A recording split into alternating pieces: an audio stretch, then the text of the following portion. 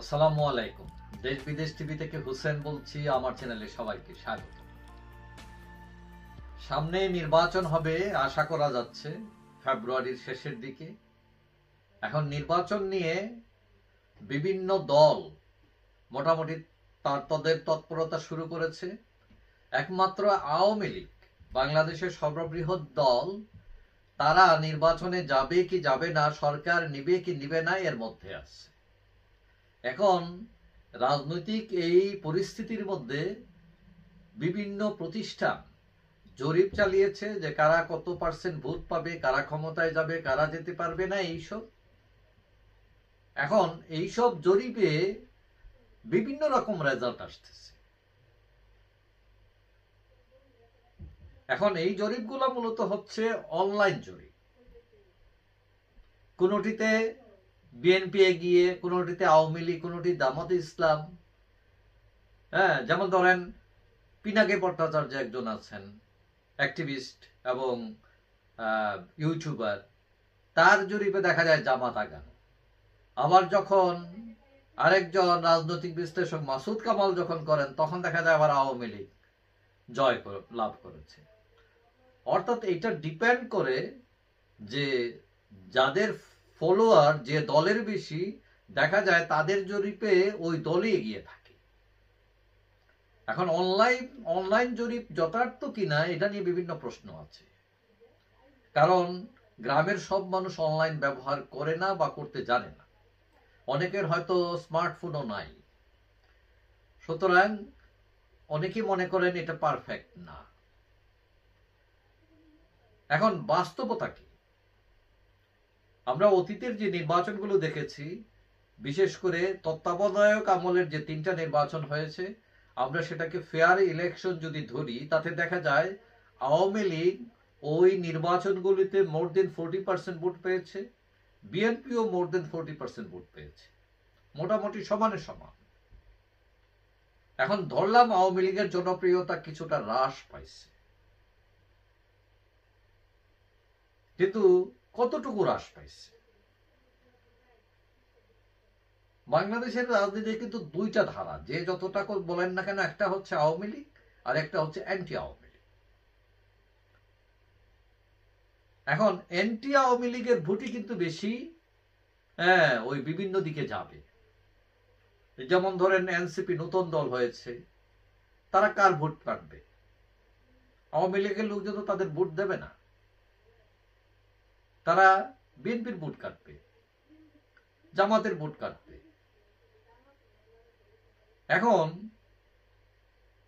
Vote হবে মূলত Awami League anti Awami লীগের ভোট।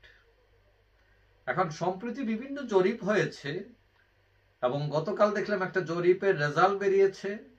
এটা করেছে south Asian network on economic modelling, যেটাকে সংক্ষেপে বলা হয় সানেম। তারা যে জরিপ দেখিয়েছে, সেটাতে দেখিয়েছে তারা জরিপ করেছে 2000 তরুণের উপর। এই তরুণদের বয়স হচ্ছে 15 থেকে 35 বছরের মধ্যে। এবং এই জরিপে 82.7% তরুণ বলেছে তারা রাজনীতিতে জড়িত হতে চান না। এখন জরিপে যে ফল বেরিয়েছে, মানে এটা একটা আশ্চর্যজনক ফল। সেটা হচ্ছে তাতে দেখা যাচ্ছে জরিপে যে তরুণদের 38.76% তরুণ ভোট দিতে চান বিএনপিকে।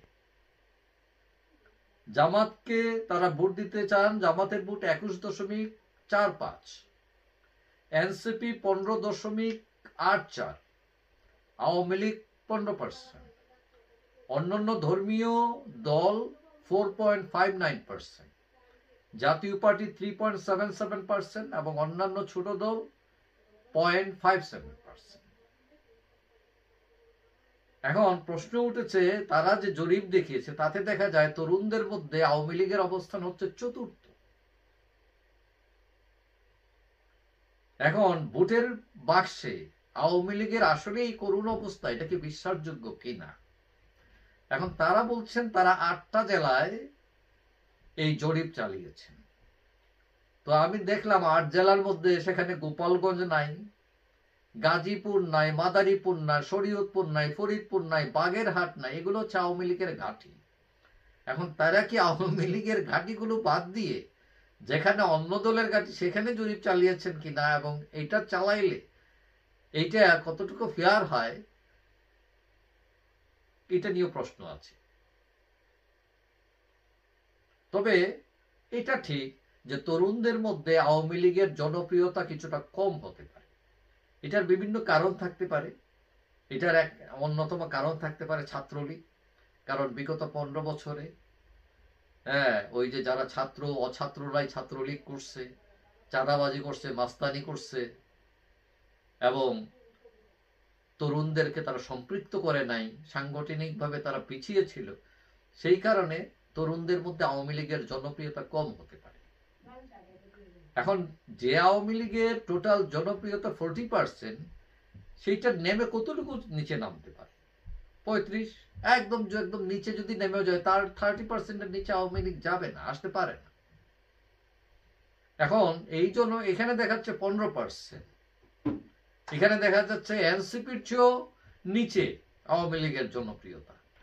এখন এটা কি বিশ্বাসযোগ্য কিনা, নাকি পারফেক্ট?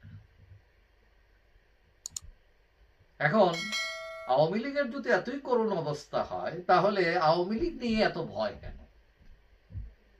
আওয়ামী লীগকে নির্বাচনে আনতে চায় না কেন? কারণ সবার ভয় আছে। এবং ওই যে একটা কথা উঠছে যে পিআর সিস্টেমে নির্বাচন করে, যেটা সংখ্যানুপাত পদ্ধতিতে নির্বাচনের প্রস্তাব এসছে, বিএনপি বলছে এগুলো, এইসব কথা বলা মানে আওয়ামী লীগকে পুনর্বাসনের সুযোগ দেওয়া। তার মানে বিএনপিও জানে যে আওয়ামী লীগের প্রচুর ভোট আছে, এবং এই সংখ্যানুপাতিক